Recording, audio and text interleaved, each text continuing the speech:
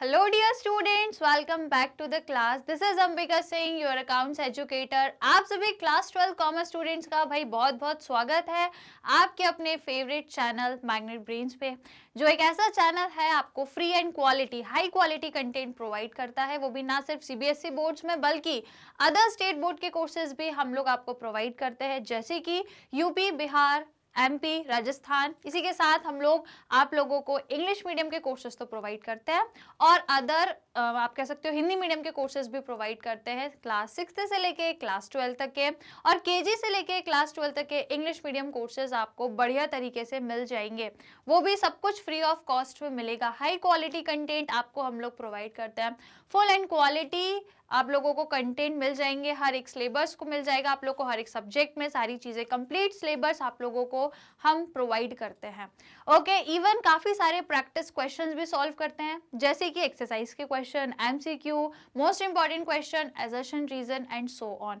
सारी चीजें आप लोगों को बिल्कुल फ्री ऑफ कॉस्ट में मिलेगी। कहीं कोई फीस आपको नहीं चार्ज हम लोग करते हैं, ना ही आपसे कोई सब्सक्रिप्शन लेना है, कुछ भी नहीं करना है, कोई भी फीस आप लोगों से चार्ज नहीं की जाती है, सब कुछ फ्री ऑफ कॉस्ट में मिल जाएगा। तो बस चैनल से आप लोगों को सबसे पहले तो जुड़े रहना है, सब्सक्राइब करना पड़ेगा उसके लिए।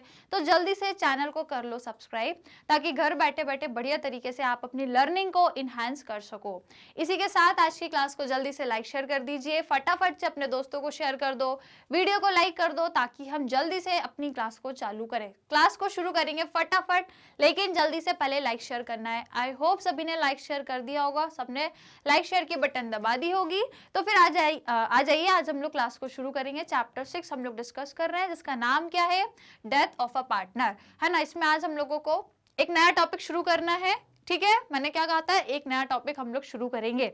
इतने जल्दी जल्दी हम लोग टॉपिक इसलिए कर रहे हैं क्योंकि ये सारे टॉपिक हम लोगों ने पढ़ चुके हैं। थर्ड, फोर्थ, फिफ्थ तीनों चैप्टर्स में ये सब कुछ पढ़ चुके हैं, सब कुछ सिमिलर है ना। तो इसको दोबारा पढ़ने की जरूरत नहीं है। और यदि आपको पढ़ना है तो आप लोग जो फोर्थ चैप्टर, थर्ड चैप्टर की प्लेलिस्ट बनी हुई है, वहां पे जाके एक बार देख सकते हो, है ना। बाकी यहाँ पे मैं आपको रिवाइज भी करा रही हूँ, और क्वेश्चंस तो हम लोग खैर कर ही रहे हैं, पूरे क्वेश्चंस करेंगे, वहां कोई कंजूसी नहीं चलेगी, क्वेश्चंस हम लोग प्रॉपर करेंगे।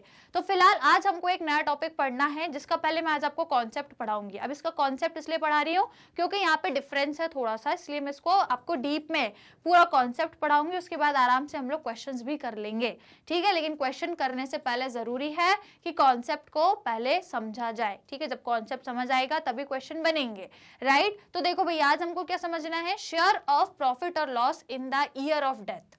कि भैया जो पार्टनर है उसकी जब डेथ हो जाती है, किसी भी टाइम हो सकती है भैया, जरूरी नहीं कि साल के स्टार्टिंग में ही होगी या साल के एंड में ही होगी, भाई वो कभी भी एनी टाइम, क्योंकि अनसर्टेन है भाई, अनफॉर्चुनेट है वो सारी चीजें, हम लोग को नहीं पता, हम लोग प्लान थोड़ी करते हैं ये सारी चीजें, ठीक है। तो ये आपकी ईयर में कभी भी हो सकता है, ये पॉसिबल कभी भी है। अब इसके अलावा हमें उसको क्या करना है, हमें तो उसको प्रॉफिट में भी हिस्सा देना है, और यदि लॉस है तो भैया उसमें भी हिस्सा देना है।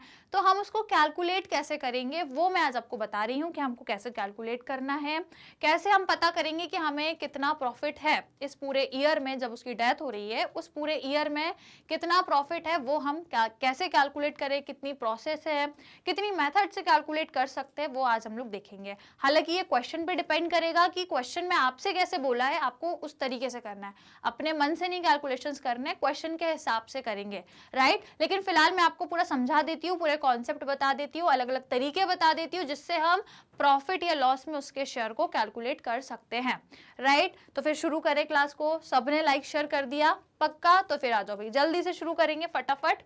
चलो, तो देखो भैया, ये कहानी तो आप लोगों को मालूम होगी कि जब भी कोई पार्टनर की डेथ होती है तो वो कभी भी हो सकती है। अब देखो, हमें हमारा जो प्रॉफिट है या लॉस है वो साल के अंत में पता लगता है। आपका साल 1 अप्रैल से चालू होके 31 मार्च तक पूरा एक साल होता है आपका। 31 मार्च को ही हमें पता लगता है कि हमारी फर्म को पूरा कितना प्रॉफिट हुआ है, बीच में नहीं पता लगता, साल के अंत में ही पता लगेगा। लेकिन अब डेथ जो है वो पार्टनर की कभी भी हो सकती है, वो थोड़ी ना जरूरी है कि लास्ट डेट पर ही होगी। तो इस केस में हमें पता लगाना पड़ता है कि जब जिस दिन पे उसकी डेथ हुई है उस डेट तक प्रॉफिट कितना हुआ फर्म को या लॉस कितना हुआ।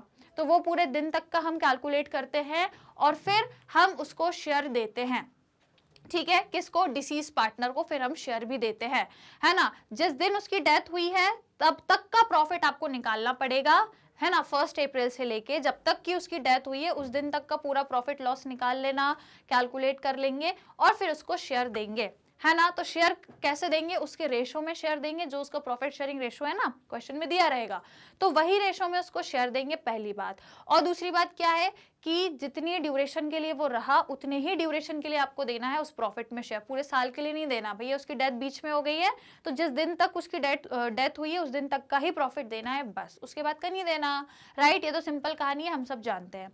तो आ जाओ भैया, यहाँ जो लिखा है उसको थोड़ा सा पढ़ लेते हैं अपन, क्या लिखा है यहाँ पे, चलिए। So, deceased partner is entitled to his share in profit from the beginning of the accounting year up to the date of his death। यही मैंने बोला अभी, क्या बोला कि जो पार्टनर आपका डिसीज पार्टनर है जिसकी डेथ हो रही है उसको प्रॉफिट में शेयर तो मिलेगा। कब से मिलेगा भैया, साल की शुरुआत से, 1 अप्रैल से मिलेगा, है ना। 1 अप्रैल को अपना ईयर स्टार्ट हो जाता है, 1 अप्रैल से उसको प्रॉफिट मिलेगा। कब तक, जब तक कि उसकी डेथ हुई है उस तारीख तक का प्रॉफिट मिलेगा। जैसे कि मैंने बोला कि यदि कोई पार्टनर है जो 30 सितंबर को जिसकी डेथ हो रही है तो उसको 30 सितंबर मतलब अप्रैल से लेकर सितंबर तक का ही प्रॉफिट में शेयर मिलेगा, उसके बाद का नहीं मिलेगा, ओके। फिर सिमिलरली ही bears loss if any incurred by the firm during his period. तो भैया जैसे कि प्रॉफिट में शेयर मिल रहा है और यदि लॉस हो गया तो भैया उसमें भी शेयर मिलेगा। ऐसा नहीं है कि सिर्फ प्रॉफिट ही देते हैं लॉस नहीं देते, जो भी कंडीशन है सब में उसको शेयर झेलना पड़ेगा। प्रॉफिट है तो प्रॉफिट, लॉस है तो लॉस भी झेलना पड़ेगा, ठीक है। Then deceased partner profit share for the period is taken by the remaining partner either in their profit sharing ratio or as in agreed by the partner. तो ये तो हमको मालूम है, ये सब तो हम देख ही चुके हैं कि जो पार्टनर की डेथ हो जाती है उसका जो प्रॉफिट शेयर है, अब वो तो बच गया ना भैया, उसकी डेथ हो गई, वो चला गया, है ना। अब उसका शेयर कौन लेगा, अब हम उसका शेयर किसको देंगे, अभी तक तो उसको ही देते थे। तो भैया अब वो जो शेयर है वो रिमेनिंग पार्टनर आपस में बांट लेते हैं, उनके प्रॉफिट शेयरिंग रेशो में आपस में बांट लेते हैं, है ना, ये हमको मालूम है। Now in the absence of information, यदि ऐसा कुछ भी आपको क्वेश्चन में नहीं दिया तो आप क्या करोगे, it is assume that disease partners profit share is taken by the remaining partner in their profit sharing ratio. ये तो हमको पता ही है ना। क्वेश्चन में कुछ नहीं देते तो हम क्या सोचते हैं कि इन्होंने इनके पुराने रेशो में ही बांट लिया होगा, मतलब पुराना रेशो ही इनका गेनिंग रेशो बन गया होगा। और यदि कुछ दिया होता है तो फिर हम गेनिंग रेशो कैलकुलेट करके उसमें उसके प्रॉफिट को रिमेनिंग पार्टनर में बांट देते हैं, है ना। ये सब हमको मालूम है। अब आगे बढ़ते हैं, हम आगे बढ़ते हैं, जर्नल एंट्री देख लो भैया। तो the journal entries passed under the two situation are different and are as follow. तो पहली सिचुएशन क्या है, profit sharing ratio of the remaining or continuing partner does not change. यदि जो आपके पुराने या मतलब जो आपके रिमेनिंग पार्टनर्स है उनके बीच में प्रॉफिट शेयरिंग रेशो यदि नहीं बदला और वो पुराने रेशो को ही कंटिन्यू कर रहे हैं तो हम क्या एंट्री करते हैं, हम भैया ये एंट्री करते हैं। और एंट्री में भी, और यदि प्रॉफिट निकला, देखो मैं आपको समझाऊं, सबसे पहले तो क्या करना है, जो पार्टनर नॉट रिटायर जो डिसीज पार्टनर है जिसकी डेथ हो रही है ना, जो पार्टनर की डेथ हो रही है, पहले तो उसका शेयर निकाल लो। प्रॉफिट है तो प्रॉफिट में कितना शेयर है, लॉस है तो लॉस में कितना शेयर है, आपने निकाल लिया, आपने साइड में रख दिया, इसका इतना शेयर बन रहा है ना। और फिर आपको दूसरी सिचुएशन देखनी है कि जो अब रिमेनिंग पार्टनर्स हैं क्या वो पुराने रेशो में ही कंटिन्यू कर रहे हैं या अपना रेशो चेंज करके कोई न्यू प्रॉफिट शेयरिंग रेशो बना रहे हैं, ये आपको चेक करना है ना। दूसरी चीज ये चेक करनी है कि क्या वो पुराने रेशो में कंटिन्यू कर रहे हैं या न्यू रेशो बना रहे हैं, ये आपको देखना है। तो भैया देखो, यदि आपने कैलकुलेशन किया और आपको पता चला कि यार उसका प्रॉफिट आ रहा है उसके शेयर में, हमको प्रॉफिट में उसको शेयर देना है, ठीक है, ये आपको पता लग गया। और आपको ये भी मालूम है कि जो रिमेनिंग पार्टनर्स हैं उनके बीच में प्रॉफिट शेयरिंग रेशो नहीं बदल रहा, ठीक है, रिमेनिंग पार्टनर्स में प्रॉफिट शेयरिंग रेशो नहीं बदल रहा, तो एंट्री क्या करते हैं, हम profit and loss suspense account को डेबिट करते हैं और डिसीज पार्टनर को क्रेडिट करते हैं। सबको याद है ये चीज। ये कौन सी एंट्री है, जब आपका जो पुराने पार्टनर्स हैं उनके बीच में यदि रेशो पुराना ही रहता है, नया रेशो नहीं बनता, पुराने पार्टनर्स में यदि पुराना ही रेशो कंटिन्यू रहता है और यदि प्रॉफिट आया है तो profit and loss suspense account और डिसीज पार्टनर को क्रेडिट करना है, डन, ठीक है। क्योंकि प्रॉफिट है तो प्रॉफिट होता है, इसलिए profit and loss suspense account debit रहता है और डिसीज पार्टनर क्रेडिट हो जाता है, पहली एंट्री, है ना। तो और अब ये जो बैलेंस है ना आपका, ये जो प्रॉफिट एंड लॉस है ये कहाँ जाता है, ये जो प्रॉफिट एंड लॉस का जो बैलेंस रहेगा ये आपका कहाँ चला जाएगा भैया, बैलेंस शीट जब बनाओगे ना, रिवाइज्ड बैलेंस शीट जब बनेगी उसमें एसेट साइड पे लिखना, क्योंकि प्रॉफिट है तो एसेट साइड पे ये लिखना और ट्रांसफर करते हैं profit and loss appropriation account में। डन। फिलहाल हम एप्रोप्रिएशन अकाउंट तो बनाते नहीं है, हम रिवाइज बैलेंस शीट तो बनाते हैं। तो रिवाइज बैलेंस शीट में एसेट साइड पे दिखाना यदि प्रॉफिट है तो। डन, समझ गए। अब अगली कहानी समझो, अगली कहानी फटाफट से समझ लो। अब यदि लॉस है ना, हो सकता है लॉस निकला हो, तो लॉस यदि है तो लॉस को हमेशा क्रेडिट करते हैं, है ना। और कंडीशन क्या है कि पुराने पार्टनर्स पुराने रेशो को ही कंटिन्यू कर रहे हैं, तो फिर हम क्या करते हैं, प्रॉफिट एंड लॉस को क्रेडिट करना है, क्योंकि लॉस है तो लॉस क्रेडिट होता है, और डिसीज पार्टनर जो भी है वो डेबिट हो जाएगा। डन। अब क्या करना है बैलेंस शीट में, क्योंकि लॉस है तो हम बैलेंस शीट में लायबिलिटी साइड पे ये चीज रिकॉर्ड करेंगे, है ना, और प्रॉफिट एंड लॉस एप्रोप्रिएशन के क्रेडिट साइड पे करेंगे। डन। समझ आया कि नहीं आया भैया? आ गया सबको समझ में? क्योंकि लॉस है क्रेडिट में जाएगा, तो profit and loss account profit and loss appropriation के क्रेडिट में जाता है, और बैलेंस शीट की लायबिलिटी साइड पे जाएगा, क्योंकि ये लॉस है तो ये लायबिलिटी साइड पे चला जाएगा। और कंडीशन क्या है, यहाँ पे जो पुराने पार्टनर्स है उनका रेशो पुराना ही है, इस टाइम की ये एंट्री है। डन। इसको मैंने आपको रिटायरमेंट के टाइम पर भी समझाया था, पर मैंने सोचा चलो एक बार और बता देती हूँ, यदि आप भूल गए हो तो एक तरीके से रिवीजन भी हो जाएगा। राइट, समझ आया सभी को? एंट्रीज क्लियर हुई कि नहीं भैया? एंट्रीज क्लियर हो गई तो फिर आगे बढ़ जाए हम। आ जाओ भैया, फिर आगे बढ़ेंगे हम फटाफट से।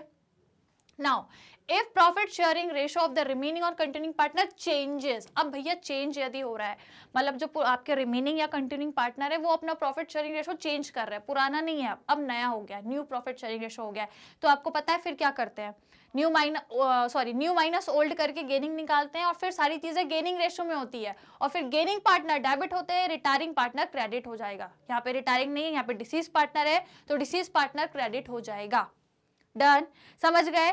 यदि आपका प्रॉफिट शेयरिंग रेशो चेंज हो रहा है, मतलब पहले ओल्ड था अब न्यू बनने लगा, है ना, चेंज हो रहा है, इसका मतलब यही है ना कि पहले ओल्ड प्रॉफिट शेयरिंग रेशो था अब न्यू बन गया, तो न्यू माइनस ओल्ड करके गेनिंग रेशो निकाल लेना। गेनिंग रेशो निकालने के बाद फिर जो भी पार्टनर डिसीज पार्टनर है जिसकी डेथ हो रही है उसका प्रॉफिट में शेयर निकालोगे, और फिर वो शेयर का कंट्रीब्यूशन कौन करता है, गेनिंग पार्टनर ही करते हैं उनके गेनिंग रेशो में। तो इस वजह से एंट्री क्या हो जाएगी, when disease partner share is profit, यदि डिसीज पार्टनर का जो शेयर है वो प्रॉफिट है। अब मैं आपको डेथ के कंडीशन में बता रही हूँ, ये हम लोग रिटायरमेंट के कंडीशन में करते थे, ऐसे ही करते थे, लेकिन यदि डेथ के केस में देखिए और प्रॉफिट यदि हुआ है तो profit and loss suspense account को डेबिट कर देना, डिसीज पार्टनर को क्रेडिट कर देना। समझ गए कि नहीं समझे? समझे कि नहीं समझे? सेम एंट्रीज हैं आपकी, सेम एंट्रीज है। इसकी मैं आपको अल्टरनेट एंट्री भी बताऊंगी, ठीक है, पहली तो यही एंट्री रहेगी, पहले ये, अब इसकी अल्टरनेटिव भी बताऊंगी जो हम लोग फॉलो भी कर रहे हैं, ठीक है। तो अल्टरनेटिव एंट्री मैं आपको बताऊंगी इसकी। तो देखो, latter the balance of profit and loss suspense account को कहाँ ट्रांसफर करते हैं, गेनिंग पार्टनर्स में, उनके गेनिंग रेशो में, ठीक है। तो इसकी अल्टरनेट एंट्री हम ये वाली करते हैं, कैसी, कि सभी गेनिंग पार्टनर्स जितने भी हैं उनको डेबिट करना, मतलब उनके कैपिटल अकाउंट को डेबिट करना, और जो पार्टनर डिसीज्ड है, जो इसकी डेथ हो गई है, उसको क्रेडिट कर देना, है ना। एक ये एंट्री भी है, पर इससे बेहतर ये वाली है, ठीक है, ये एंट्री भी कर सकते हो आप। कौन सी, gaining partner capital account debit to profit and loss suspense account, या फिर ये कर सकते हो, अल्टरनेटिव है दोनों में से, या तो ये करो या ये करो, बट हम इसको फॉलो करते हैं, ठीक है। मैं आपको इसको फॉलो कराती हूँ क्योंकि ये ज्यादा आसान है। आसान क्यों है, क्योंकि हमको बहुत अच्छे से पता है कि सभी गेनिंग पार्टनर्स डेबिट होते हैं, रिटायर्ड पार्टनर है, डिसीज पार्टनर है, वो सब क्रेडिट होते हैं, और यदि अब कोई बीच में सेक्रीफाइस पार्टनर भी आ गया तो वो भी क्रेडिट होगा। डेबिट सिर्फ और सिर्फ कौन सा पार्टनर होता है, gaining partner at the time of profit, याद रखना, यदि प्रॉफिट है तो। डन।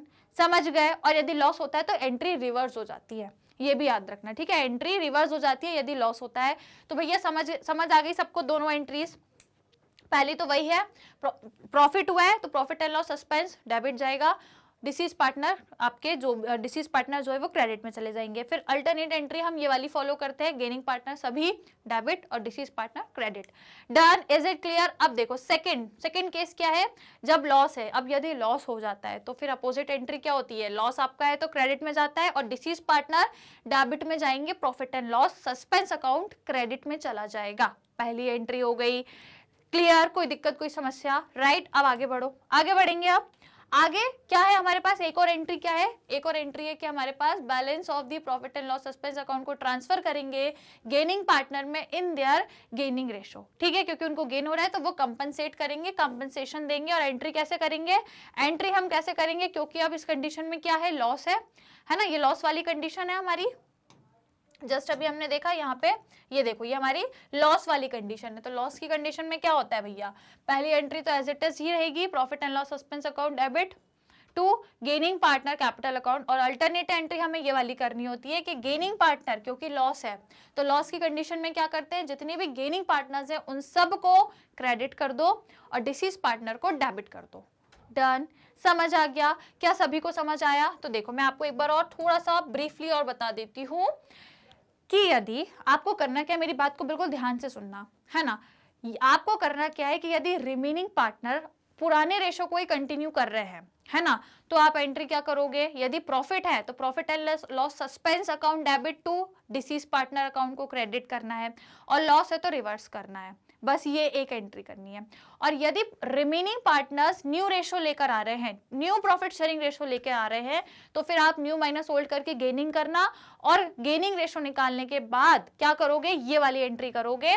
वही प्रॉफिट यदि आया है, लॉस जो भी आया है, प्रॉफिट एंड लॉस जो भी आया है, कंट्रीब्यूशन निकालना, गेनिंग रेशो में कौन जो गेनिंग पार्टनर्स है उनका कंट्रीब्यूशन निकालना, ठीक है, कि कौन सा पार्टनर कितना कंट्रीब्यूट करेगा, और जो भी अमाउंट आएगा फिर इस तरीके से एंट्री करना। सभी गेनिंग पार्ट, यदि प्रॉफिट है तो सभी गेनिंग पार्टनर्स को डेबिट, डिसीज को क्रेडिट, और यदि लॉस है तो जस्ट ऑपोजिट रिवर्स कर देना। फिर डन, समझ में आया क्या सभी को?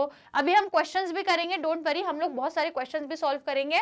इससे रिलेटेड मैं आपको बहुत सारे क्वेश्चन कराऊंगी, क्योंकि आपके चैप्टर में इससे रिलेटेड बहुत सारे क्वेश्चन दिए हुए हैं, तो मैं भी आपको बहुत सारे क्वेश्चन कराऊंगी, सो डोंट वरी, है ना, हम लोग प्रैक्टिस करेंगे। चलो अभी फिलहाल आगे बढ़े। अब मैं आपको बताती हूँ कि आपको ये डिटरमाइन कैसे करना है, आपको ये ढूंढना कैसे, फाइंड कैसे करना है, या कैलकुलेट कैसे करना है कि जो पार्टनर डिसीज है उसका प्रॉफिट या लॉस में कितना शेयर है, वो आप कैसे फाइंड करोगे। तो इसकी 2-3 अगेन मेथड्स हैं, 2-3 तरीके हैं, वो मैं आपको तरीके बताने वाली हूँ, ठीक है। तो आ जाओ भैया, फटाफट से हम लोग देखते हैं वन बाय वन क्या क्या तरीके हैं अपने। So deceased partner share of profit और loss from the beginning of the financial year up to the date of that death can be either. तो अगेन वही चीज है, शुरुआत से लेके जब तक उसकी डेथ हुई है तब तक का ही प्रॉफिट देना है, उससे ज्यादा नहीं देना हमें। तो 2 तरीके हैं, सबसे पहला है determine by preparing the final accounts, या फिर profit and loss account, profit and loss appropriation and balance sheet. सबसे पहला तो यही तरीका है भैया, ये थोड़ा सा लेंदी है, हालांकि हमें कहीं भी किसी भी सवाल में ये सब प्रिपेयर नहीं करना, डोंट वरी, पर ये एक तरीका है जो कुछ कंपनीज फॉलो करती हैं, जहां पे वो क्या करेंगी, वैसे तो आपको मालूम है कि भैया शुरू से लेके आखिरी तक जब सब हो जाता है उसके बाद आखिरी में फाइनल अकाउंट्स बनते हैं, लेकिन अब हम यहाँ पे इस केस में जब जिस तारीख पे उसकी डेथ हो गई है उस तारीख तक के फाइनेंशियल स्टेटमेंट्स या फाइनल अकाउंट बनाएंगे, है ना। 1 अप्रैल से लेके, मैंने बताया सितंबर में उसकी डेथ हो गई है, तो अप्रैल से सितंबर तक के फाइनल अकाउंट्स बनाएंगे, फिर उसमें जो भी नेट प्रॉफिट आखिरी में निकलता है ना, तो वो जो भी नेट प्रॉफिट निकलेगा फिर उसमें उसको शेयर देंगे, उतने ही 6 महीने की ड्यूरेशन के लिए। डन, उसका जो भी शेयर रहेगा वो उसको देंगे। पहला आपका ये तरीका है। दूसरा है आपका estimate on the basis of time और on the basis of turnover और सेल्स, है ना। अब दूसरा तरीका क्या है भैया, टाइम्स, मतलब जो टर्नओवर है ना, सेल्स कितनी हुई हमारी, सेल्स के बेसिस पे प्रॉफिट हमें कितना हुआ, उस बेसिस पे फिर हम कैलकुलेट करके उसको प्रॉफिट देते हैं। हालांकि ये मैंने आपको पिछले चैप्टर में भी बताया था, पर इस चैप्टर में फिर से एक बार रिवाइज करा देती हूँ ताकि आप लोगों को सारी चीजें याद आ जाएं कम से कम, ठीक है। चलो लाइक शेयर कर दो, फिर मैं आपको 1 बाय 1 सारी चीजें बताऊंगी। जल्दी से लाइक शेयर करना है भैया, फटाफट से, फटाफट जरा लाइक शेयर कर दो, फिर आगे बढ़ेंगे हम लोग, बढ़े फिर आगे। चलो, तो ए वाला पॉइंट क्या है, व्हेन शेयर ऑफ प्रॉफिट और loss is determined by preparing final accounts. अब यदि फाइनल अकाउंट, देखो क्वेश्चन में आपको बोलेंगे नहीं, डोंट वरी, ऐसा क्वेश्चन में आपसे नहीं बोलेंगे कि आप फाइनल अकाउंट बनाओ और फिर आप बताओ किसको कितना प्रॉफिट शेयर हो रहा है, मतलब स्पेशली डिसीज पार्टनर को कितना प्रॉफिट या लॉस शेयर हो रहा है, वो आपसे क्वेश्चन में नहीं बोलेंगे, पर एक मेथड है ये।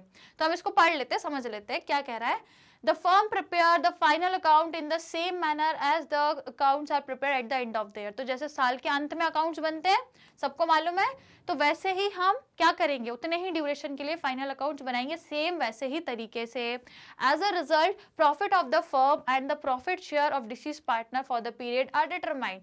तो इससे हमको फर्म का तब तक का कितना प्रॉफिट हुआ वो पता लग जाएगा ना, उसकी डेथ जिस दिन हुई है उस दिन तक का कितना प्रॉफिट है वो पता लगेगा, और फिर उस प्रॉफिट में उसका शेयर कितना है वो पता लग जाएगा, है ना। Now net profit as per the profit and loss account is transferred to profit and loss appropriation account। Again इसको हम वहां पे ट्रांसफर कर देंगे, और प्रॉफिट जो डिटरमाइन किया है उसको एप्रोप्रिएट करेंगे partners as per partnership deed. तो बस वो जो प्रॉफिट आएगा वो पार्टनर को हम बांटेंगे, उसको डिस्ट्रीब्यूट करेंगे। कैसे?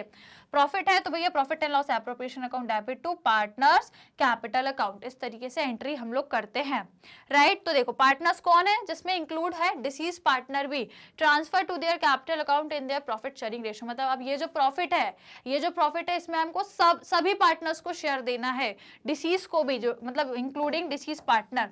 मतलब समझ आया कि जो भी आपने अभी फाइनल अकाउंट बनाया, मान लो उसमें 2 लाख का आपको अभी तक का प्रॉफिट दिख गया, आपने कैलकुलेट किया, आपको पता लगा कि अभी तक का 2 लाख रुपीस प्रॉफिट हो चुका है, तो अब आप क्या करोगे, वो profit and loss appropriation debit करोगे 2 लाख से और सभी पार्टनर्स को, सभी को क्रेडिट करके सबको वो प्रॉफिट बांट दोगे, जिसमें आपका डिसीज पार्टनर भी इंक्लूड रहेगा, रिमेनिंग पार्टनर भी इंक्लूड रहेगा, सबको आपको ये प्रॉफिट देना है, ठीक है। सिर्फ डिसीज को नहीं देना, सबको ही आप क्रेडिट कर दो, सबको ये प्रॉफिट बांट दोगे, राइट। समझ गए? ये आपका पहला केस है, या आप कह सकते हो आपकी पहली कंडीशन है, जिसके जरिए प्रॉफिट एंड लॉस आप निकाल सकते हो और पार्टनर में डिस्ट्रीब्यूट कर सकते हो। हालांकि आपको ये सब प्रिपेयर करने को नहीं बोलेंगे फाइनल अकाउंट्स, वो तो डायरेक्टली आपको या तो क्वेश्चन में दे के रखेंगे कि फाइनल अकाउंट्स कंपनी ने बनाए तो उसमें इतना प्रॉफिट निकला, तो आपको क्या करना है, यदि आपको ऐसा दिया है कि कंपनी ने फाइनल अकाउंट्स बनाया और उसमें इतना प्रॉफिट निकला, सपोज 2 लाख, तो उस 2 लाख को उठाना, profit and loss appropriation account debit में वो लिखना, प्रॉफिट है यदि तो, लॉस है तो रिवर्स एंट्री करना,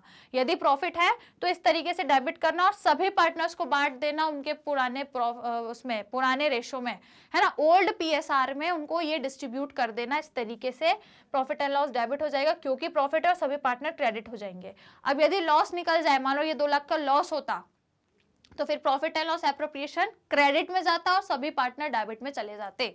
डन। रिवर्स की एंट्री तो समझ गए ना आप, समझ गए ना सभी, रिवर्स की एंट्री में तो दिक्कत नहीं होनी चाहिए, राइट। कोई दिक्कत, कोई समस्या? चलो ये हो गया अपना पहला पॉइंट। पहला पॉइंट क्लियर है क्या सभी को?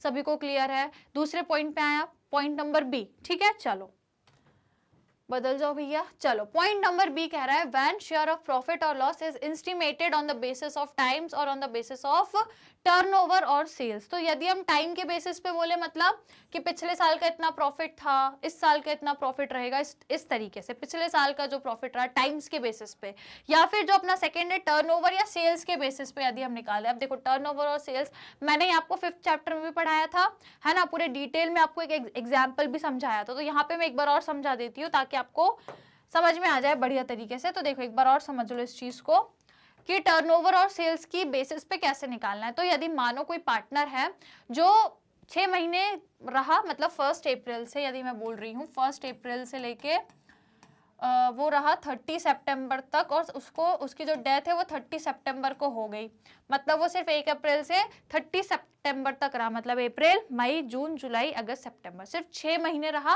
और 30 सितंबर को उसकी डेथ हो गई, ठीक है। और उसका जो शेयर था, सपोज कर लो उसका जो शेयर है वो 1/3 का था, है ना, उसका जो पीएसआर है प्रॉफिट शेयरिंग रेशो वो 1/3 का था, कोई भी पार्टनर XYZ। अब भैया हमको ये पता लगाना है कि इसका प्रॉफिट कितना रहेगा।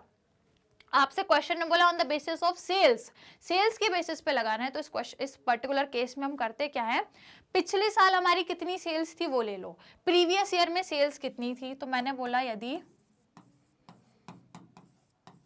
प्रीवियस ईयर सेल्स पूरे साल की, है ना, पूरे साल की, पिछले साल कितनी सेल्स थी पूरे साल की, तो आपने बोला कि भाई वो 20 लाख रुपए थी, है ना, कितनी थी भैया, 20 लाख रुपए थी, ठीक है।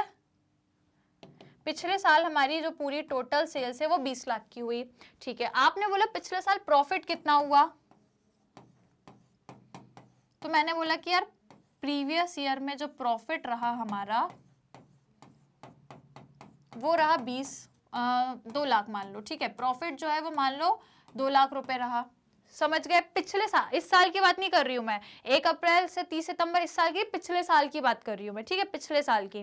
तो आपने बोला पिछले साल की हमारी 20 लाख की सेल थी और हमको पिछले साल प्रॉफिट जो है वो 2 लाख रुपए का हुआ, तो मैंने कहा ये रेट कितना है, प्रॉफिट का रेट कितना निकला, फिर आपका आपने कितने रेट से प्रॉफिट कमाया, है ना, तो आप कैसे बता दोगे कितना रेट आपको मिला, तो सेल आप पूरी ले लोगे, मतलब इसको आप डिवाइड कर दोगे, मल्टीप्लाई बाय 100 कर दोगे, तो आपको पता लग जाएगा कि हमारी कितनी सेल हुई, हमारा रेट कितना रहा, प्रॉफिट का जो रेट है वो आपको पता लग जाएगा कि हमारा कितना रहा, 10% रहा, 20% रहा, वो आपको पता लगेगा।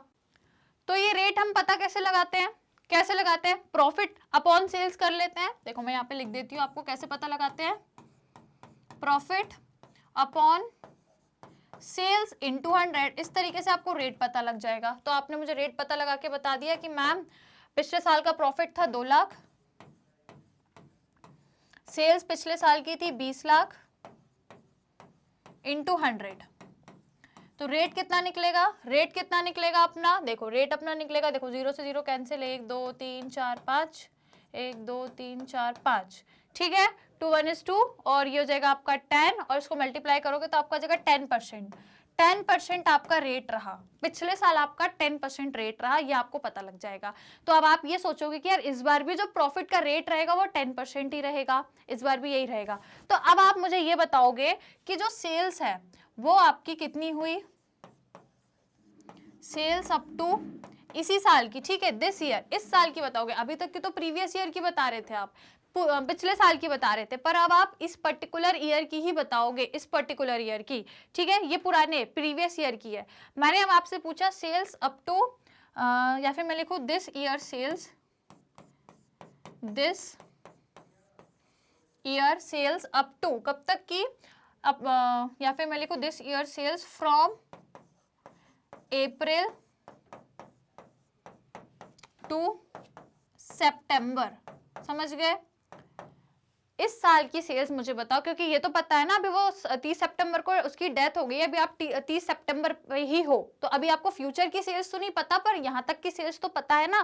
तो आपने बोला मैम हमको पता है कि 1 अप्रैल से 30 सितंबर तक जो हमारी सेल है, सपोज करिए मैम वो 15 लाख थी, कितनी, 15 लाख की सेल्स थी अभी तक की। तो मैंने कहा ठीक है भैया, है ना, तो इस हिसाब से आपने मुझे ये तो बता दो, ये तो बता ही सकते हो कि अब इस पे प्रॉफिट कितना होगा। तो मैंने बताया पिछले साल यदि 10% रेट था प्रॉफिट का, तो इस साल भी 10% ही रहेगा। तो यदि मैं बोलूं कि प्रॉफिट अब कितना हो जाएगा इस साल का, है ना, इस पर्टिकुलर ईयर का प्रॉफिट कितना हो जाएगा, तो आप बोलोगे मैम ये जो 15 लाख है इसका 10% ही रहेगा, क्योंकि अभी निकाला ना प्रॉफिट का रेट जो है वो 10% है, तो मतलब अभी ये जो सेल है इस पे भी हमें 10% ही प्रॉफिट होगा। तो यदि मैं इसका 10% बोलूंगी तो कितना निकलेगा, 1,50,000, तो मतलब हमारा जो प्रॉफिट है वो 1,50,000 रहेगा इस पर्टिकुलर ईयर का, समझ गए। तो अब ये तो पूरे साल का है, ये तो पूरे साल का है। अब जो पार्टनर रिटायर या जिसकी डेथ हो गई है, यदि मैं उसका बोलूं तो शेयर ऑफ डिसीज पार्टनर, है ना, शेयर ऑफ डिसीज पार्टनर वो कितना रहेगा इस पर्टिकुलर पूरे साल के प्रॉफिट में, उसको हम उसका शेयर देंगे। तो मैंने बोला वो 1/3 का शेयर है उसका, तो इसका हम क्या देंगे, उसको 1/3 दे देंगे, डन, इसका उसको 1/3 दे देंगे। तो इस हिसाब से यदि हम देखें तो 3 - 3 3 5 15, मतलब इसका 50,000 का शेयर बन जाएगा जो हम इसे पूरा दे देंगे, राइट। ये आपकी मेथड है सेल्स वाली, जिसके जरिए हम पता लगा सकते हैं कि जो पार्टनर है उसका प्रॉफिट में कितना शेयर रहेगा। इज इट क्लियर स्टूडेंट्स, कोई दिक्कत, कोई समस्या, समझ आया? एक बार और एक्सप्लेन कर दूं क्या, देखो मैंने बोला एक पार्टनर है जिसका 1/3 शेयर है और वो 30 अप्रैल को इसकी डेथ हो गई है। अब वो रहा कितना, 1 अप्रैल से सिर्फ 30 सितंबर तक रहा, उसके बाद नहीं रहा। तो आपने कहा ठीक है, मुझे मालूम है कि हमारी पिछले साल 20 लाख की सेल हुई थी जिसपे हमें पिछले साल 2 लाख का प्रॉफिट था। तो मैंने कहा प्रॉफिट का रेट बताओ ना कि सेल्स पे आपने कितने % प्रॉफिट कमाया है, सेल्स के ऊपर आपका परसेंट कितना हुआ है प्रॉफिट का। 20 लाख की सेल है, उसके ऊपर आपको प्रॉफिट कितना हुआ है, मतलब आपने उसके ऊपर जो 2 लाख कमाया वो 10% कमाया। कैसे, मैंने बता भी दिया, प्रॉफिट का रेट वही प्रॉफिट अपॉन सेल्स इनटू 100, ये फॉर्मूला है। तो प्रॉफिट 2 लाख का अपॉन 20 लाख की सेल्स इनटू 100 कर दोगे तो पता लगेगा कि 10% क्या रहा आपका प्रॉफिट रहा, क्या रहा, 10% आपका प्रॉफिट रहा। इसका मतलब सेल्स के ऊपर आपने 10% प्रॉफिट कमाया है, राइट, सेल्स के ऊपर आपने 10% का प्रॉफिट कमाया। तो मैंने बोला कि अब आप मुझे ये बता दो कि यार अप्रैल से 30 सितंबर तक कितना प्रॉफिट रहा, और सॉरी कितनी सेल्स रही, क्योंकि इतनी सेल्स तो पता है, इसके आगे की नहीं पता, पूरे ईयर की तो नहीं बता पाएंगे हम, क्योंकि अभी सितंबर के बाद के मंथ आने तो बाकी है ना, 31 मार्च तक तो अभी टाइम है आने में। लेकिन हमें ये तो पता है कि इन 6 महीने में कितनी सेल्स हुई। तो आपने मुझे बताया इस साल की जो सेल्स है अप्रैल से सितंबर तक वो 15 लाख हुई, इतना मुझे पता है 15 लाख हुई है, ये हमें मालूम है क्योंकि हम अभी 30 सितंबर तक पहुंच चुके हैं। तो जो पास्ट में हुआ वो तो पता है। तो पास्ट में हमको इस साल 15 लाख की सेल हुई, उस पर मैंने बोला कि यार पिछले साल जो हमारी सेल्स थी उस पर 10% प्रॉफिट था, तो इस बार अभी जो 6 महीने की सेल है इस पे भी 10% ही प्रॉफिट होगा। तो आपने कहा ठीक है मैम, तो प्रॉफिट बता दो मुझे। तो इस पे 10% ही प्रॉफिट है, 10% ही रेट है, तो इसका 10% मतलब 1,50,000 ही होगा। इस 1,50,000 ये जो है आपका 6 महीने का प्रॉफिट आ गया। कितने का? 6 महीने का। अब इस 6 महीने में उसका 1/3 शेयर उसको दे दो, तो हमने दे दिया, तो इसका 50,000 हिस्सा बन गया प्रॉफिट में। समझ आया? ये आपका एक तरीका है। हमको अकॉर्डिंग टू क्वेश्चन चलना है, जैसा क्वेश्चन बोलेगा उस हिसाब से हम करेंगे। तो यदि आप लोग चाहो तो इसका स्क्रीनशॉट ले लो, है ना, याद रहेगा ताकि आपको कि ये कैसे हमको करना होता है। राइट? हो गया सभी का क्लियर? समझ में आ गया सभी को? तो ये अपना मेथड है जिससे हम प्रॉफिट को एस्टिमेट कर सकते हैं। समझ आया सभी को? ये टॉपिक हटा दूं, स्क्रीनशॉट ले लिया ना सभी ने? चलो तो फिर तो हम लोगों ने ये सब देख लिया कि किस तरीके से हम डिसीज, ये पुराना बता रही हूँ ना, किस तरीके से हम लोग पार्टनर, जो डिसीज पार्टनर है इसका प्रॉफिट में शेयर कैसे निकाल सकते हैं, प्रॉफिट या लॉस में, है ना। और ये एंट्रीज तो हमने पहले ही देख ली है। आई होप ये एंट्रीज तो क्लियर हो गई ना आप लोगों को, है ना, किस तरीके से हम लोगों ने एंट्री करी है। एक बार और एक्सप्लेन कर दूं मैं आप लोगों को ये एंट्रीज, क्योंकि मुझे पता है आप लोगों को कंफ्यूजन हो रही होगी। तो देखो भैया, सिंपल कहानी, चलो अगर मैं यहाँ पे आपको बताऊं, इसको थोड़ा सा मैं आपको चार्ट की हेल्प से बता देती हूँ तो समझ आएगा। तो देखो 2 केसेस है। सबसे पहला केस अपना रहता है कि यदि ओल्ड पार्टनर आपके ओल्ड रेशो में ही कंटिन्यू कर रहे हैं, ये पहला केस है। पुराने पार्टनर्स यदि पुराने रेशो में कंटिन्यू कर रहे हैं। एक केस आपका रहता है कि जो ओल्ड पार्टनर्स हैं आपके, वो न्यू रेशो में कंटिन्यू करना चाहते हैं, ये आपका दूसरा केस है। इन 2 केसेस में अलग अलग एंट्री होती है, जो मैंने आपको बता दी है, पर मैं आपको एक बार शॉर्ट तरीके से बता दूंगी तो ज्यादा अच्छे समझ आएगा। ठीक है? तो ये 2 तरीके होते हैं स्टूडेंट्स, एक ये कि पुराने पार्टनर पुराने रेशो में कंटिन्यू करना चाहते हैं, और एक ये कि पुराने पार्टनर्स न्यू रेशो में कंटिन्यू करना चाहते हैं। पहली आपकी ये 2 केसेस है। अब इस पर्टिकुलर केस में हमें करना क्या होता है, देखो ध्यान से समझना, है ना, बिल्कुल नजरें यहीं रखना अपनी और दिमाग भी यहीं रखना। तो देखो यदि ये लोग पुराने रेशो में ही कंटिन्यू करना चाहते हैं, पुराने पार्टनर्स, तो इस पर्टिकुलर केस में अब आप क्या करो, जो भी प्रॉफिट है उसमें डिसीज पार्टनर का शेयर निकालो, है ना, डिसीज पार्टनर का शेयर निकालो और सिंपल एंट्री कर दो। कैसी? Profit and loss suspense account, profit and loss suspense account debit to जो भी आपका डिसीज पार्टनर है उसको क्रेडिट करना। ठीक है? ये आपको एंट्री करनी है जब पुराने रेशो में ही ये लोग कंटिन्यू कर रहे हैं तो, राइट। और कैसे निकालोगे? जो भी प्रॉफिट है उसमें इसका डायरेक्टली शेयर निकाल लेना। जो भी प्रॉफिट है उतनी ड्यूरेशन के लिए इसका, जो पार्टनर की डेथ हो रही है, इसका क्या शेयर है वो निकाल लेना। देखो यहीं पे मैंने यही बताया था आपको। पहले वाला केस कहाँ से शुरू करा था? यहाँ से शुरू करा था, है ना, कि यदि पुराने रेशो में ही कर रहे हैं, नॉट चेंज है, तो वही प्रॉफिट एंड लॉस सस्पेंस को ले जाना डिसीज पार्टनर में। ठीक है? और इसके अलावा यदि क्या हो रहा है, लॉस हो रहा है, यदि लॉस हो रहा है तो इसकी जस्ट रिवर्स एंट्री कर देना। ठीक है? उसके बाद ये हो गया। उसके बाद जब यदि प्रॉफिट शेयरिंग रेशो जो है वो चेंज हो जाता है, कहाँ पे? देखो चेंज कहाँ पे हो रहा है अपना, सेकेंड सिचुएशन यही है ना, continue partner if profit sharing ratio of remaining on continuing partner changes. हाँ, यदि चेंज हो रहा है, यदि चेंज हो रहा है, प्रॉफिट है, सेम यही एंट्री करनी है आपको सेम यही एंट्री करनी है। बस एक एक्स्ट्रा एंट्री क्या हो जाती है, क्योंकि इस कंडीशन में होता क्या है, इस कंडीशन में देखो होता क्या है, इस पर्टिकुलर कंडीशन में होता क्या है, क्योंकि अब ये चेंज कर रहा है, मतलब आपको ओल्ड रेशो भी दिया रहेगा क्वेश्चन में और आपको न्यू भी दिया रहेगा, है ना। तो इस पर्टिकुलर कंडीशन में अब आपको क्या निकालने की जरूरत पड़ेगी? गेनिंग रेशो, है ना। इस पर्टिकुलर कंडीशन में आप पहले गेनिंग रेशो निकालना। गेनिंग रेशो निकालने के बाद जो गेनिंग पार्टनर रहेंगे वो कंपनसेट करेंगे। तो यहाँ पे मान लो आपने पुराने रेशो में ही था, आपने देखा कि जो प्रॉफिट हुआ है, जो प्रॉफिट हुआ है वो हुआ है 1 लाख रुपीस का। तो आपने क्या किया, इसका शेयर निकाला, जो डिसीज पार्टनर है, डिसीज पार्टनर, ठीक है, डीपी समझ जाओगे, डिसीज पार्टनर है ना, जिसकी डेथ हो गई है। तो डिसीज पार्टनर का शेयर आपने बोला 1/2 था, तो डायरेक्टली इसका 1/2 यदि निकालोगे तो 50,000 बन के आएगा। तो डायरेक्टली ये पूरा 50,000 profit and loss suspense account में डेबिट कर देंगे। समझ गए? अब इस कहानी में यदि हम गेनिंग रेशो निकालेंगे अब, है ना, क्योंकि ओल्ड और न्यू दोनों दिया रहेगा, तो गेनिंग रेशो आपको पहले निकालना पड़ेगा स्टूडेंट्स। उसके बाद फिर अब आप क्या करोगे, ये यदि निकाल लोगे, उसके बाद जो पार्टनर्स हैं, जो आपका रिटायर हो रहा है, deceased partner, sorry not retire, जिसकी डेथ हो रही है, जो डिसीज पार्टनर है उसका शेयर निकालो पहले आप। किस में? उसका शेयर इन प्रॉफिट में, उसका शेयर पहले प्रॉफिट में निकाल लोगे। जैसे कि यही निकला, सेम यही प्रॉफिट था और उसका जो शेयर है वो 50,000 निकला। आपने बोला ठीक है मैम 50,000 उसका प्रॉफिट में शेयर आया। तो अब इसके लिए आप कैसे एंट्री करोगे? इसके लिए अब ये जो 50,000 है ये कौन करेगा? गेनिंग पार्टनर अपने गेनिंग रेशो में कंट्रीब्यूट करेंगे। ठीक है, ये जो 50,000 है ये क्या होगा? कंट्रीब्यूट होगा,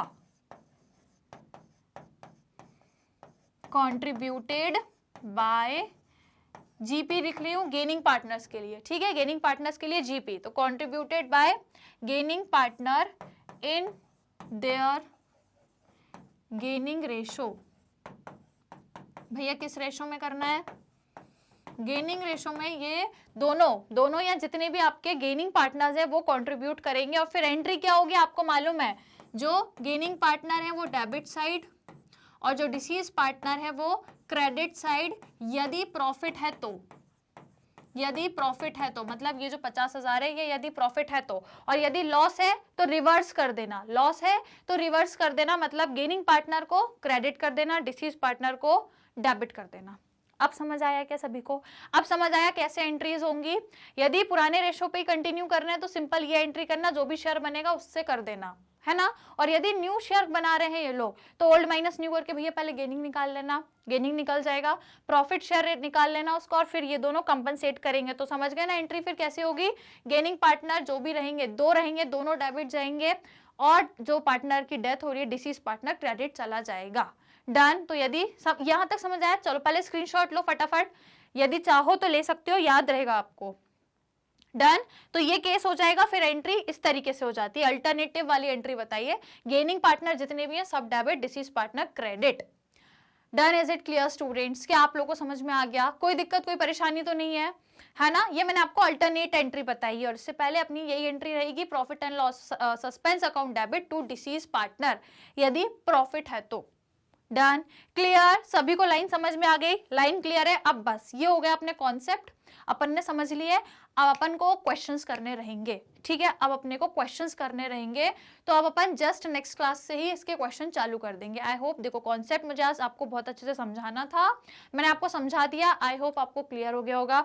जो भी समझाया इसको एक बार रिवाइज करना, फिर भी कंफ्यूजन हो रही है तो डोंट वरी, जब हम क्वेश्चन करेंगे तब आपको ज्यादा अच्छे से क्लियरिटी आएगी, और मैं आपको क्वेश्चन करवाते टाइम भी एक्सप्लेन करते हुए चलूंगी।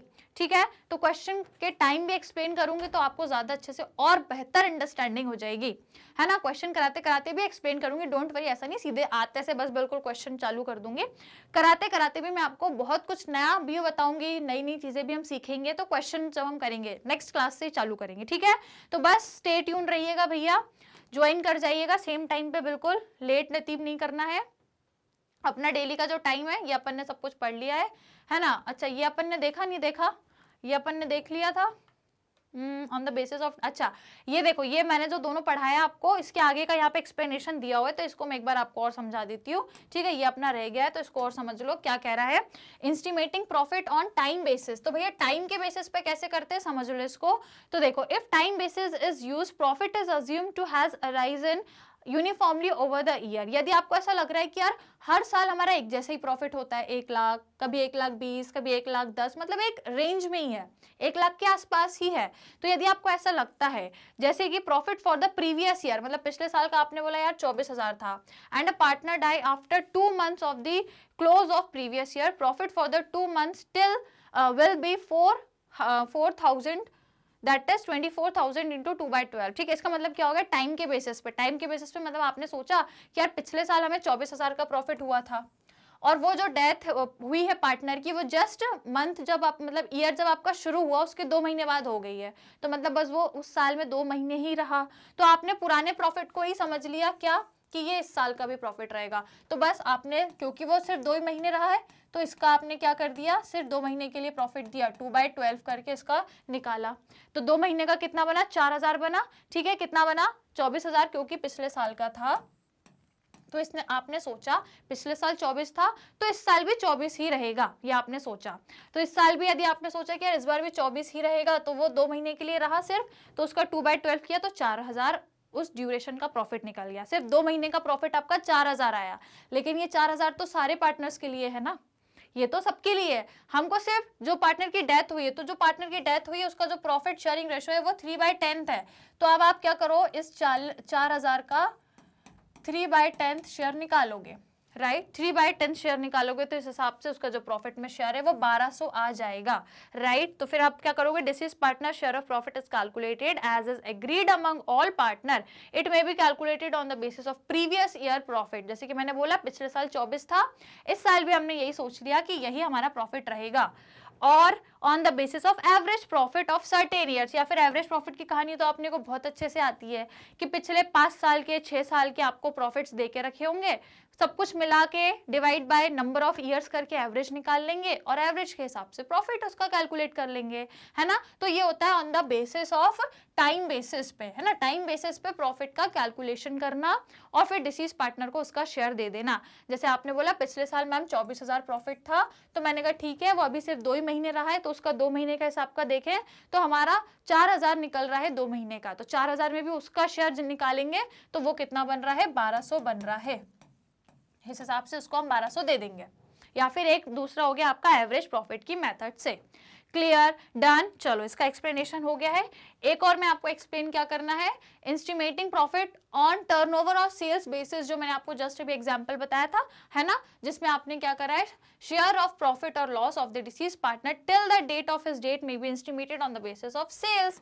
जो मैंने अभी आपको बताया, पूरा एक्सप्लेन एग्जाम्पल बताया, सेल की बेसिस पे भी करते हैं, जिसमें हमें क्या क्या चाहिए होता है, 3 चीजें चाहिए होती है जो मैंने आपको बताई थी। सबसे पहले क्या, पिछले साल कितनी सेल्स हुई है वो बताओ, है ना, जो मैंने क्या बताई थी एग्जांपल में 20 लाख बताई थी, आप लोगों को याद आ गया, है ना। तो पिछले साल कितनी सेल्स हुई वो बताओ। उसके बाद जितने मतलब जब तक उसकी डेथ हुई है तब तक की सेल्स बताओ। मतलब आप कह सकते हो ईयर के स्टार्टिंग से 1 अप्रैल से तब तक उसकी डेथ हुई है, तब तक के ड्यूरेशन की सेल्स बताओ। तो जो हमने क्या निकाली थी, 15 हम लोगों ने एस्टिमेट करी थी, 15 लाख, कि भैया जब तक आपका ईयर स्टार्ट हुआ है तब से लेके जब तक की उसकी डेथ हुई है उतने ड्यूरेशन की जो सेल है वो आपकी 15 लाख हुई है। तीसरी चीज क्या चाहिए, प्रीवियस ईयर का प्रॉफिट, जो हमने कितना एस्टिमेट किया था, 2 लाख रुपीस। तो इस तरीके से आपको ये 3 इंफॉर्मेशन यदि है तो आप आराम से प्रॉफिट निकाल लोगे, जो मैंने आपको निकाल के भी बताया था। और फिर उसमें डिसीज पार्टनर का कितना शेयर है वो भी मैंने आपको एक्सप्लेन कर दिया। Is it clear to each and everyone? ठीक है, तो बस सेल्स के बेसिस पे ये 3 चाहिए, पिछले साल की सेल, पिछले साल का प्रॉफिट और इस साल की sale up to the date of death तक की डेट का प्रॉफिट सेल्स हमें चाहिए, और उससे हम प्रॉफिट का रेट निकाल ही लेते हैं और फिर उस तरीके से हमको पता लग जाएगा कि उसको कितना प्रॉफिट में शेयर देना है। Is it clear? पक्का भैया, सबको समझ में आ गया? ठीक है, तो मैंने आज आपको काफी डिटेल में कॉन्सेप्ट भी विद एग्जांपल सब कुछ समझा दिया है। तो भैया मुझे नहीं लगता अब और ज्यादा फर्दर समझाने की जरूरत है। अब डायरेक्टली हम लोग क्वेश्चन की क्लास में मिलेंगे, जो जस्ट इसके बाद रहेगी अपनी नेक्स्ट क्लास। काफी सारे क्वेश्चंस करेंगे, इसके 1-2 पार्ट्स में कर लेंगे, क्योंकि एक पार्ट में इतने सारे क्वेश्चंस होंगे नहीं। तो हम लोग नेक्स्ट क्लास में मिलेंगे इसके क्वेश्चंस के साथ। तो बस जुड़े रहना है, सेम चैनल पे आपको बने रहना है, मैग्नेट ब्रेन्स पर, जो आपको free as well as quality education provide करता है। जी हाँ, बिल्कुल, सीबीएसई बोर्ड्स के साथ हम लोग यहाँ पे अदर स्टेट बोर्ड के कोर्सेज भी कवर करते हैं, जैसे कि Delhi, Bihar, UP, MP, Rajasthan board. इसके अलावा वैदिक maths crash course, spoken English के कोर्सेज भी हम आप लोगों को फ्री ऑफ कॉस्ट में प्रोवाइड करते हैं।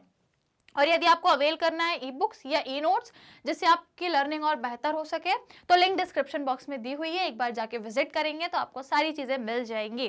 कोर्सेज हमारे यूट्यूब चैनल पे पूरी प्लेलिस्ट बनी हुई है, हर सब्जेक्ट, हर क्लास, हर टॉपिक, हर चैप्टर, इवन काफी सारे प्रैक्टिस क्वेश्चंस भी, सब कुछ आपको यूट्यूब चैनल पर मिलेगा। तो सब्सक्राइब कर लेना चैनल को, या फिर मोबाइल ऐप डाउनलोड कर सकते हो, अदरवाइज डायरेक्टली वेबसाइट पे जाके भी आप हमारे कोर्सेज फ्री ऑफ कॉस्ट में एक्सप्लोर कर सकते हो। और यदि स्टूडेंट आप लोग other social media platform use करते हो, मुझे मालूम है करते ही होंगे, है ना, जैसे कि YouTube, Facebook, Instagram, Twitter, WhatsApp, तो भाई यहाँ पे भी आप हमारे मैग्नेट ब्रेन्स के चैनल से, है ना, जुड़ सकते हो, हमें फॉलो करके, हमारे पेज को फॉलो करके अपनी लर्निंग को इन्हांस कर सकते हो और भी क्रिएटिव तरीके से, है ना। जरूर से जरूर लाइक शेयर करिएगा, ज्यादा से ज्यादा शेयर करिएगा, लाइक करना है, सब्सक्राइब भी करना है चैनल को। ओके, तो बस फिर चले, कल मिलते हैं फिर नेक्स्ट वाली क्लास में एक्सरसाइज के सवालों के साथ। काफी सारे क्वेश्चंस लेकर आऊंगी, साथ में मिलकर सॉल्व करेंगे, लेकिन तभी करेंगे जब आज जो पढ़ाया वो आप रिवाइज करके आओगे। प्रॉमिस करो जो भी आज पढ़ाया है सब कुछ रिवाइज एक बार करके आना, पूरी एंट्रीज एक बार देख लेना, क्योंकि एंट्रीज काफी पूछी जाती हैं आपको क्वेश्चंस में। तो जितनी भी एंट्रीज मैंने बताई है एक बार सबको रिवाइज करके आना, पूरे टॉपिक्स एक बार रिवाइज कर लेना, फिर बाकी हम लोग कल क्वेश्चंस के साथ भी चीजों को रिवाइज करते हुए चलेंगे। ठीक है भैया, चले फिर आज की क्लास को खत्म करें। चलो तो फिर कल मिलेंगे, ध्यान रखिए अपना, टेक केयर, कीप लर्निंग।